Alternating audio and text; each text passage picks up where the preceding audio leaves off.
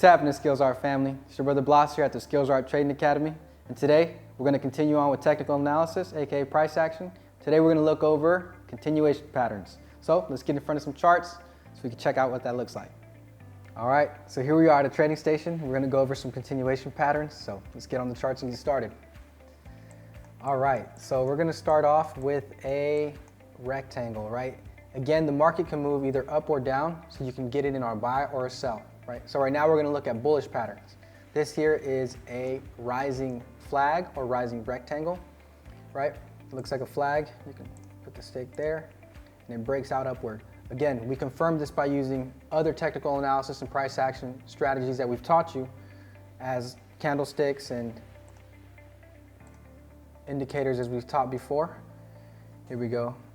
This is a wedge. As you can see, it's pulling downward. It usually works in Elliott waves, usually works in waves of 5, 1, 2, 3, 4, 5, and then you look for the candlestick to confirm your buy or sell position. So these are two examples of bullish continuation.